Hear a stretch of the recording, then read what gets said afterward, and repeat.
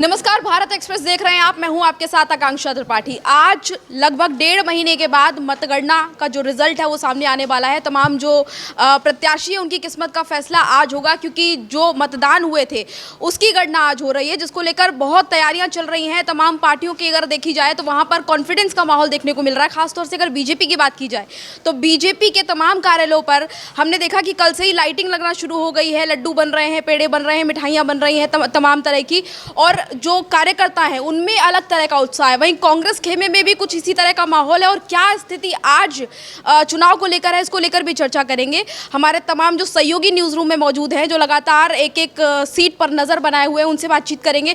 और क्योंकि इस बार के चुनाव की अगर बात की जाए तो इस बार लगभग 51 सीटें ऐसी हैं जो कि बहुत वीआईपी सीटें हैं, जहाँ पर सभी की नज़रें हैं कि उन सीटों पर क्या होने वाला है, कौन सा प्रत्याशी आगे है, कौन सा कैंडिडेट पीछे है, किस पार्टी को फ़ायदा मिल रहा है, किस पार्टी को नहीं मिल रहा है।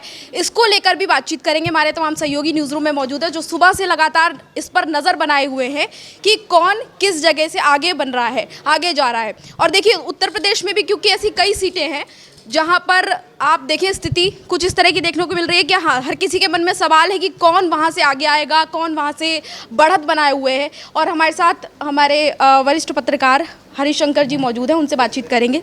सर, आपसे पूछेंगे कि यूपी की अगर बात की जाए खास तौर से, तो यूपी में अभी क्या स्थिति, क्योंकि यूपी का कहा जाता है कि देश की राजनीति यहाँ से तय होती है। तो अभी क्योंकि टाइम हो चुका है, 10 बज चुके हैं, तो काफ़ी कुछ अभी क्लियर हो रहा है धीरे धीरे चीज़ें। क्या माहौल अभी तक देखने को मिल रहा है? देखिए, अभी तो शुरुआती रुझान है। दोपहर 12-1 बजे तक बहुत सारी चीज़ें क्लियरिटी होंगी, लेकिन सबसे जो वीवीआईपी सीट है यूपी का, जो वाराणसी है, जहाँ से प्रधानमंत्री नरेंद्र मोदी उम्मीदवार हैं, वो इस समय अपने निकटतम प्रतिद्वंदी से आगे चल रहे हैं। प्रधानमंत्री इस समय आगे चल रहे हैं। उसके बाद अखिलेश यादव, जो पूर्व मुख्यमंत्री हैं यूपी के, सपा प्रमुख हैं, वो कन्नौज से आगे चल रहे हैं। इसके अलावा स्मृति ईरानी वाले सीट पे कुछ समय पहले खबर ये आई थी कि वहाँ से किशोरी लाल आगे चल रहे हैं, लेकिन वो आगे पीछे का वहाँ पर चल रहा है कि कभी वो आगे होती हैं तो कभी वो होते हैं। तो यूपी की बात रही। इसके अलावा आपने बात की लड्डू बनने और बंटने की, तो आपको बता दें कि दोनों दफ्तर में, जो दिल्ली में मुख्यालय है, कांग्रेस के दफ्तर में भी लड्डू तैयार हो रहे हैं और बीजेपी के दफ्तर में भी।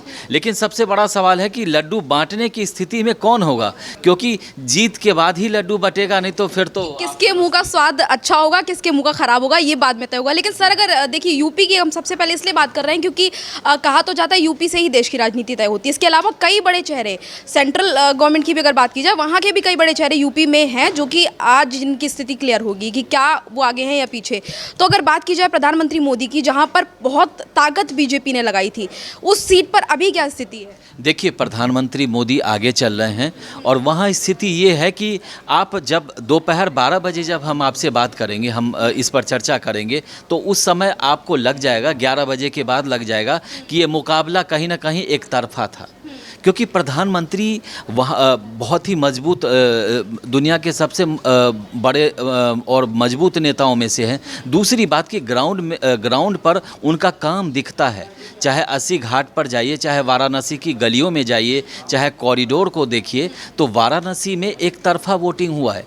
लेकिन यह है कि शुरुआती में जब बैलेट की गणना होती है, उसके बाद कुछ ऐसा होता है। लेकिन यह है कि प्रधानमंत्री वहाँ से जीतेंगे। अब सबसे बड़ा सवाल है कि मार्जिन कितना होगा, क्योंकि जीत तो उनकी तय है। लेकिन अब सवाल है कि बीजेपी वाले जो इतना ज़्यादा प्रचार वहाँ पर कर रहे थे, वो मार्जिन बढ़ाने का था। और एक सम्मान की भी बात होती है कि अगर देश के प्रधानमंत्री वहाँ से चुनाव लड़ रहे हैं काशी से, तो कहीं ना कहीं बीजेपी कार्यकर्ताओं की कोशिश ये थी कि जीत का जो मार्जिन है उनका, जो 5 लाख 7 लाख ऐसे कम से कम तक पहुंचाएं। वहाँ जीत की बात नहीं थी, वहाँ मार्जिन की बात थी। लेकिन सर देखिए, अरुण गोविल, क्योंकि राम मंदिर का मुद्दा बहुत चला ना, कि अचानक आनन फानन में बीजेपी पर आरोप लगा कि उन्होंने राम मंदिर का उद्घाटन कराया क्योंकि 24 के इलेक्शन में फ़ायदा लेना था। लेकिन अब जो स्थिति देखने को मिल रही है, टीवी के राम, जिनको बड़ा कह सकते हैं हाईलाइट किया गया था, वो कहीं ना कहीं पीछे दिख रहे हैं। देखिए, हमने फिर आपको कहा कि ये शुरुआती है, लेकिन अरुण गोविल जो हैं वहाँ पर हैं, वहाँ मेरठ के आसपास के हैं, लेकिन वो काफ़ी दिनों से वहाँ रहते नहीं हैं। दूसरी बात, इससे पहले जो अग्रवाल थे, वहाँ से बीजेपी सांसद सिटिंग कैंडिडेट का टिकट काट करके अरुण गोविल को टिकट दिया गया। तो ये कहीं ना कहीं बीजेपी का बड़ा फैसला था। कहीं ना कहीं जो पुराने सांसद थे, वहाँ के पूर्व सांसद थे, उनके खिलाफ कहीं ना कहीं बीजेपी को लगा होगा कि पब्लिक में माहौल है और पब्लिक का सपोर्ट नहीं है, इसीलिए वो अरुण गोविल मतलब बड़ा चेहरा लेकर के आए। लेकिन अभी शुरुआती रुझान है, बगल में मुजफ्फरनगर सीट पे भी बीजेपी के कैंडिडेट आगे चल रहे हैं, ऐसे कई सारे हैं। तो अभी आपको उतार चढ़ाव, कोई आगे निकल जाएगा तो कोई पीछे, लेकिन कम मार्जिन से, ज़्यादा मार्जिन से गिने चुने उम्मीदवार आगे निकल रहे हैं और जीत का मार्जिन उनका बढ़ता जा रहा है। लेकिन अभी शुरुआत में ऐसे रुझान आपको दिखेंगे कि 5,000 से कोई आगे निकल रहे हैं तो कोई 10,000 से, लेकिन जैसे जैसे दिन ढलता जाएगा 11-12 बजे के बाद बहुत सारी चीज़ें क्लियर हो जाएंगी। वैसे आपको बता दूं, इस समय 304 सीट पर एनडीए आगे चल रही है और 212 पर इंडिया गठबंधन। तो कहीं ना कहीं इंडिया गठबंधन के लिए भी खुशी की बात है कि 204 पर तो आगे हैं, लेकिन इस समय बीजेपी एनडीए सरकार बनाने की ओर है अभी के रुझान के मुताबिक। बिल्कुल। और देखिए, क्योंकि ऐसा होता है आमतौर पर कि शुरुआती जो रुझान होते हैं उनका कुछ कंफर्मेशन नहीं कि अभी जीत रहे हैं, आगे बढ़ रहे हैं, पीछे बढ़ रहे हैं, आगे जाके कुछ भी हो सकता है। उज्जवल, क्योंकि देखिए अभी हम देख पा रहे हैं कि बाकी राज्यों का भी देखें तो बिहार की भी स्थिति अगर देखी जाए, क्योंकि उत्तर प्रदेश से जुड़ा हुआ है और बड़ा इम्पैक्ट बिहार भी डालता है, तो बिहार की अगर स्थिति देखी जाए, क्या स्थिति वहाँ पर देखने को मिलती है? देखिए, बिहार के अभी तक शुरुआती रुझान जो आए हैं 40 सीटों पे, उसमें 13 सीटों पर बीजेपी अभी आगे चल रही है और जेडीयू 9 सीटों पर बड़ी बढ़त बनाई हुए है। बिहार में इस बार स्थिति आप थोड़ा सा देखोगे, क्योंकि जिस तरह से तेजस्वी यादव मैदान में रहे और उसके बाद नीतीश कुमार का जो अभी थोड़े ही दिनों पहले आपने देखा उन्होंने पलटी मारी, तो लोगों के बीच थोड़ा सा असमंजस की स्थिति हुई इसको लेकर के, इस अलायंस को लेकर के। हालांकि बीजेपी ने वहाँ पे बहुत अच्छी कैंपेनिंग करी और उसके बाद आरजेडी की कैंपेनिंग को भी आप कम नहीं आंकोगे। तो फिलहाल तो भी बिहार में बीजेपी मजबूत स्थिति में, जो शुरुआती रुझान है, आगे अभी आपको धीरे धीरे जैसे 1-2 घंटे बाद पूरी तरह से नतीजे खुलने लगेंगे। अब बिहार में जो काराकाट सीट है जिसको लेकर बहुत चर्चा चली थी, पवन सिंह निर्दलीय मैदान में उतर गए थे, बीजेपी ने उनको पार्टी से बाहर निकाल दिया था। पवन सिंह के लिए कई भोजपुरी स्टार्स प्रचार करने आए, लेकिन अभी जो शुरुआती रुझान आ रहे हैं उसमें पवन सिंह पीछे चल रहे हैं। इसी तरह से पूर्णिया में आप देखो, पप्पू यादव इंडिया ने अपनी पार्टी को विलय करके कांग्रेस में गए, उसके बाद सीट को लेकर, टिकट को लेकर हुआ, लेकिन वो निर्दलीय मैदान में उतर गए। पप्पू यादव भी अभी आगे चल रहे हैं, शुरुआती रुझान है और पप्पू यादव ने कल कई तरह की पीसी भी की थी और बयान वगैरह भी दिया था। तो ये आपको फिलहाल अभी बिहार के अंदर दिख रहा है। बिल्कुल। और देखिए उज्जवल, क्योंकि शुरुआती रुझान इस तरह के आते हैं, आगे जाके बदल भी सकते हैं, लेकिन अगर बात की जाए कि गुजरात की अगर बात कर ली जाए, क्योंकि मोदी के लिए तो इम्पॉर्टेंट, क्योंकि मोदी मैजिक चल रहा है, कहीं ना कहीं देखने को मिल रहा है वो सब कुछ, तो गुजरात की अगर स्थिति देखी जाए तो वहाँ पे किस तरीके से बीजेपी अपने आप को मैनेज कर? गुजरात में एक सीट तो बीजेपी पहले ही निर्विरोध जीत चुकी है, उसके बाद बाकी की सीटों के लिए रुझान आ रहे हैं। आपको हैरानी होगी जान करके, हर की हैरानी नहीं होनी चाहिए, जब सुबह शुरुआती पोस्टल बैलेट खुले और उसके बाद के रुझान आने शुरू हुए, अमित शाह गृह मंत्री भी हैं, उनकी सीट पर वो 1 लाख वोटों से आगे चल रहे थे शुरुआती रुझान में ही। और इस बार उन्होंने अपने कार्यकर्ताओं को ये बोला था कि आपको 10 लाख वोटों से जिताना है। तो अगर 10 लाख से हो भी जाती है तो कोई हैरानी की बात नहीं होगी, क्योंकि जो शुरुआती रुझानों में ही 1-1.5 लाख वोटों से आगे चल रहा हो। अच्छा, इस पूरे इलेक्शन में हाँ, गुजरात के 2 सीटों के बारे में मैं भी बताना चाहूँगा, साबरकांठा और बनासकांठा।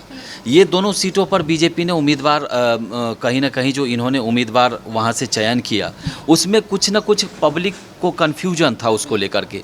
तो बीजेपी को इस 2 सीटों पर ज़्यादा मेहनत करनी पड़ी है। इसके अलावा और किसी सीट पर उस तरह की किसी भी तरह की परेशानी नहीं दिख रही है। गांधीनगर से आपने अभी सुना कि अमित शाह जी बहुत आगे चल रहे हैं, लाख से ज़्यादा मार्जिन से आगे चल रहे हैं। ऐसे ज़्यादातर सीटों पर बीजेपी इस समय आगे है, लेकिन है कि यही 2 सीटें जो हैं इस पर बीजेपी को काफ़ी कड़ी मशक्क़त करनी पड़ी है, क्योंकि जो पुराने कैंडिडेट थे उनके पक्ष में बहुत सारे लोग बीजेपी से उन्होंने गुहार भी लगाई थी कि इनको फिर से कंसीडर किया जाए। एक आध जगह उम्मीदवार बदले भी थे, लेकिन कुल मिलाकर के वहाँ पर भी बहुत ज़्यादा अच्छी स्थिति में कांग्रेस भी नहीं है।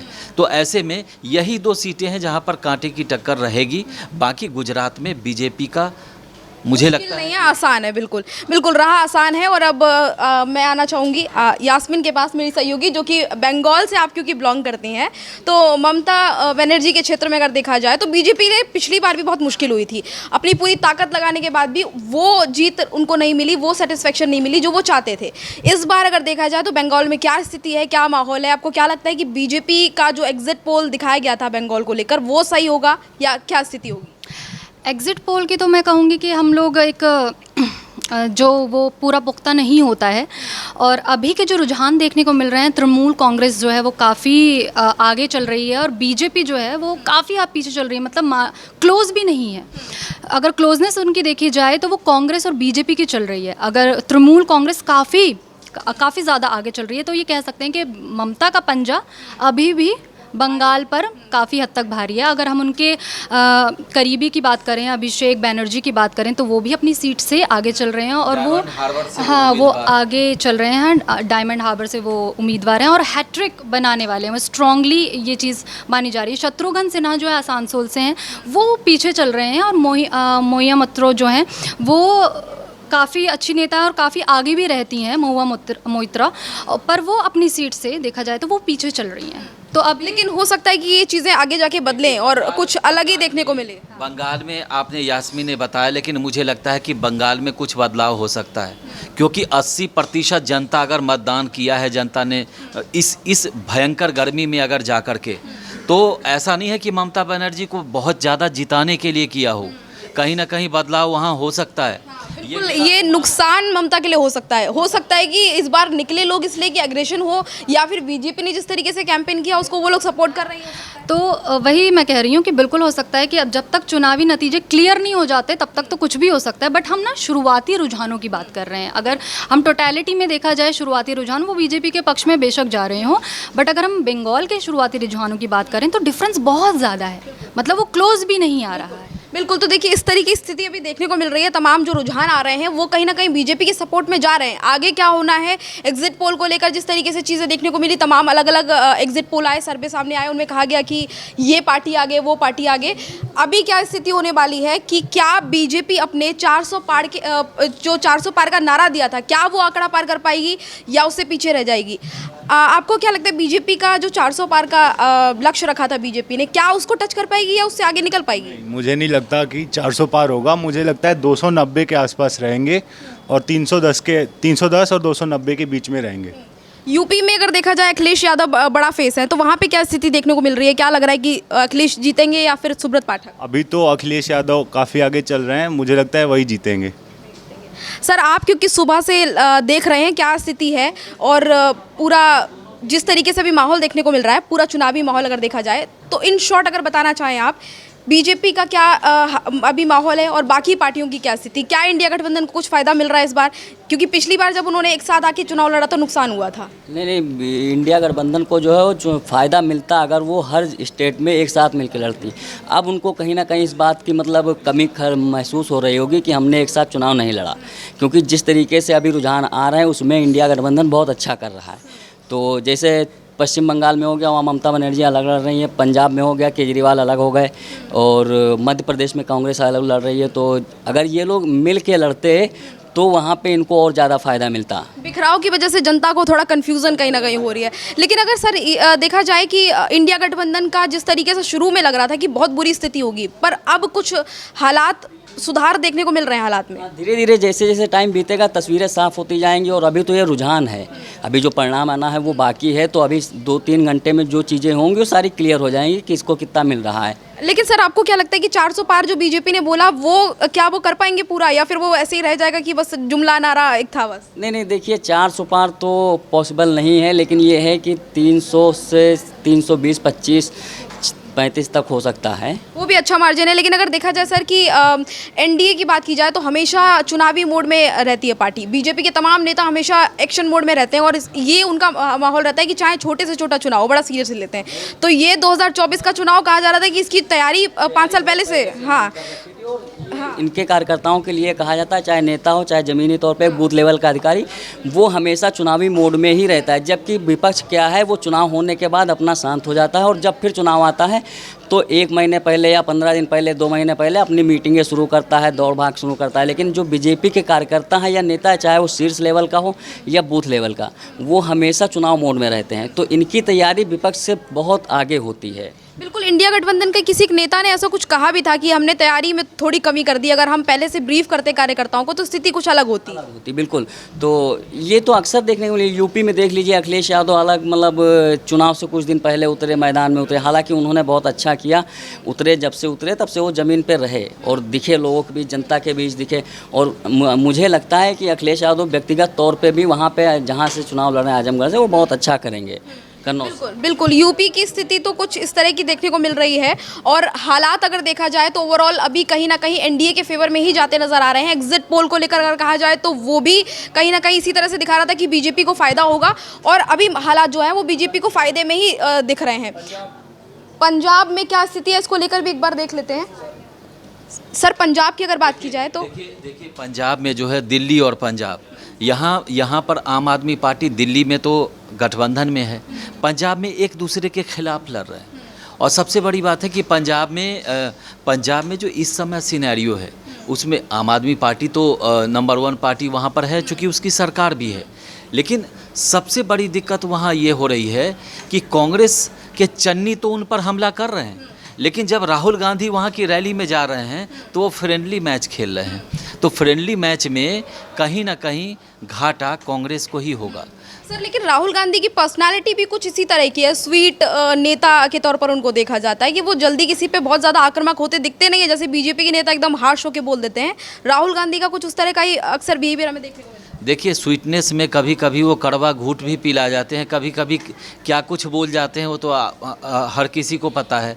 दूसरी बात दिल्ली की करें, दिल्ली में उत्तर पूर्व लोकसभा क्षेत्र से मनोज तिवारी आगे चल रहे हैं। अभी थोड़ी देर पहले खबर आई थी कि कन्हैया कुमार को कौन नहीं जानता, तो कांग्रेस उम्मीदवार कन्हैया कुमार आगे चल रहे हैं। लेकिन इस समय जो खबर आ रही है कि मनोज तिवारी आगे चल रहे हैं। और आपको एक चीज़ और बता दूं, इस सीट का क्या है इक्वेशन। मनोज तिवारी यहाँ तीसरी बार चुनाव लड़ रहे हैं और पिछले बार जो उनका जीत का मार्जिन था वो 3 लाख के आसपास, 3 लाख से ज़्यादा था। तो कहीं ना कहीं अगर 2.5 लाख 2 लाख अगर वोट कम भी पड़ते हैं, 3 लाख कम भी पड़ते हैं, तो मनोज तिवारी की जीत में बहुत ज़्यादा हमको नहीं लगता मुश्किल। उसके बावजूद हम फिर से कह रहे हैं आपको कि ये शुरुआती रुझान है और इसमें बहुत सारी चीज़ें क्लियरिटी अभी नहीं दिखेगी। 11, साढ़े 11, 12 बजे के बाद आपको एकदम शीशे की तरह दिखेगा। अंदाज़ा लगाया जा सकता है उस समय कि क्या स्थिति होने वाली है। यास्मीन, देखिए, क्योंकि आपकी सीट अगर देखा जाए दिल्ली में जो आपका वोट पड़ता है वो मनोज तिवारी के ही क्षेत्र में आता है। कन्हैया कुमार की स्थिति अगर देखी जाए तो आपके एरिया में क्या वहाँ का माहौल है, लोगों का क्या था, कि क्या स्थिति उस समय लग रही थी जब आपने वोट किया? मैं कहना चाहूँगी कि जिस सीट से मनोज तिवारी आते हैं और कन्हैया कुमार आते हैं, उस सीट से लोग जो हैं वो इंडिया गठबंधन का जो प्रत्याशी कन्हैया कुमार है उनसे भी इतना ज़्यादा संतुष्ट नहीं थे, क्योंकि वो उन्होंने आज तक कोई सीट जीती नहीं, कोई करियर उनका एज सच पॉलिटिकल जो है वो इतना रहा नहीं कि लोग उनको जज कर सकें। और जहाँ मनोज तिवारी की बात की जाए, वो 2 बार वहाँ से जीत चुके हैं, वहाँ के सांसद रहे हैं। और मैं ये कहना चाहूँगी, क्योंकि मैं वहीं से ही मेरा वोट आता है, 10 सालों में उनका कोई इतना ज़्यादा प्रभाव लोगों पर नहीं दिखाई दिया, वो एरिया में नहीं दिखाई दिए।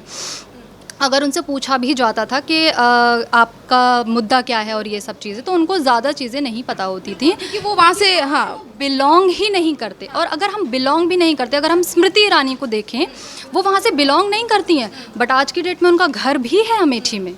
तो बिलोंग करना प्रॉब्लम नहीं है। 10 साल से अगर आप कहीं हैं तो आप आइए, एरिया देखिए कि क्या दिक्कतें हैं, वो भांपिए, और उसके बाद 5 साल, अब अगर आपने 5 साल भी ले लिए एरिया जांचने को, तो अगले 5 साल तो आप कर सकते हैं ना काम। मैं यास्मीन से भी पूछ लूं कि ये बंगाल से हैं और प्योर बंगाली हैं, दिल्ली में रह के भी अपने मिट्टी को भूली नहीं है, और मिट्टी मानुष जो है, तो बंगाल के बारे में बताइए कि बंगाल में बहुत उतार चढ़ाव चल रहा है जनता भी वहाँ पर देश में सबसे ज़्यादा अगर कहीं मतदान हुआ है तो बंगाल में हुआ है। तो एक बंगाली होने के नाते आप क्या मानती हैं कि बंगाल में कुछ बदलाव होगा या दीदी की ही वापसी होगी, वहाँ पर लोकसभा में दीदी ही लीड करेंगी? दिलों में कौन बसता है वहाँ की? क्या दीदी वाकई दिलों में बसती हैं, क्योंकि उनको हराना मुश्किल हो पाता है? এই কথাটা আমি বলতে চাই, পশ্চিম বাঙ্গালে দিদি দিলতে বসে আর দিদিকে সবাই ভালোবাসে, এইটি সত্য কথা। तो इससे मैं आपको ये बताना चाहती हूँ कि बंगाली में बोला है कि ममता दीदी का सब कुछ ठीक ठाक है और उन्हीं को ज़्यादा लीड मिलने वाला 80% लोग चाहते हैं ना, ये बोला। लेकिन मुझे लगता है, ये मेरी निजी राय है कि बंगाल में अगर जनता इतनी अगर बाहर निकली है तो हो सकता है कि दीदी को नुकसान भी हो। तो हो सकता है कि वो प्यार भी हो, कहीं कहीं दीदी जो रसगुल्ला बनवा रही हैं वो उनके लिए कड़वा ना हो जाए और बीजेपी लड्डू बांट ले जाए वहाँ। सर बंगालियों को रसगुल्ला इतना पचता है ना कि उनको कभी कड़वा नहीं लग सकता। देखो, तो यहाँ एक बंगाली की मुंह से ही बात निकल रही है कि ममता बनर्जी को वहाँ के लोग बहुत ज़्यादा पसंद करते हैं और ममता बनर्जी को हराना मोदी के लिए भी मुश्किल है। वहाँ मोदी मैजिक चलना बहुत मुश्किल की बात है। उज्जवल के पास जाऊंगी। हाँ, अपडेट ले लो। ये आप देखो, सभी 543 सीटों के रुझान आ गए हैं। एनडीए के पक्ष में अभी तक 305 से ज़्यादा सीटें गई हैं और इंडिया गठबंधन के पक्ष में 216 सीटें।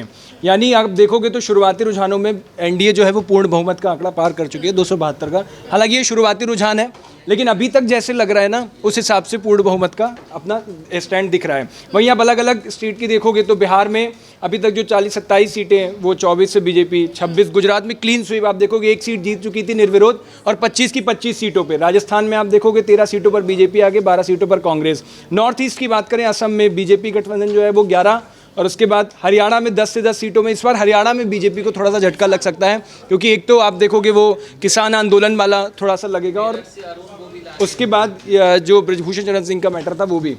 अनंतनाग में आप देखो महबूबा मुफ्ती पीछे, हैदराबाद सीट से वैसी पीछे, ये सब बड़ी सीटें। मेरठ से अरुण गोविल पीछे। तो इन सब सीटों को लेकर के जो बड़े चेहरे थे वो इस बार लग रहा है कि कुछ। लेकिन पीलीभीत सीट चेंज करी थी, लेकिन पीलीभीत पे ओवैसी का पीछे होना बड़ी बात हो गई। बिल्कुल बड़ी बात है और हम शुरू से कह रहे हैं जिसकी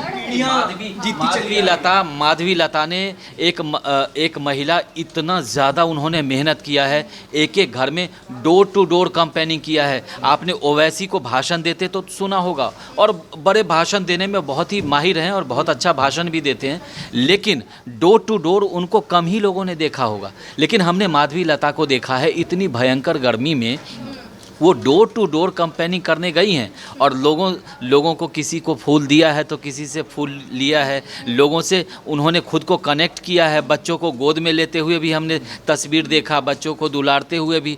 तो माधवी लता इतनी मुखर बन गई बीजेपी में आते ही। हैदराबाद में उनका अपना नर्सिंग होम वगैरह भी है और अच्छे घर से ताल्लुक़ रखती हैं। दूसरी बात कि माधवी लता इतने कम दिनों में इतनी बड़ी नेता बन गई कि बीजेपी ने उनको दिल्ली, यूपी सब जगह वो मोदी जी के वाराणसी में भी वो प्रचार करती दिखी थी और हम लोगों ने स्टोरी चलाई थी। उसके बाद उन्होंने दिल्ली में भी उत्तर पश्चिम सीट और उत्तर पूर्व सीट, दोनों सीटों पर हमने उनको चुनाव प्रचार करते हुए देखा, भाषण भी हमने सुना था उनका। तो उनका जो अंदाज़ है वो बहुत बेहतरीन है।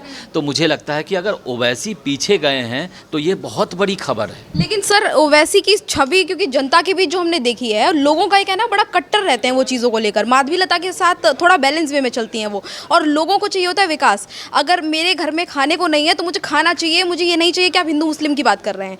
कट्टरता की बात अगर की जाए तो वो थोड़ा ज़्यादा कट्टर रहते हैं। हो सकता है इस बात का असर यहाँ पर देखने को मिल रहा है। देखिए, एक पत्रकार होने के नाते ये चीज़ें होनी भी नहीं चाहिए। आप इंसानियत हैं, आप इंसान हैं, इंसानियत की बात करिए।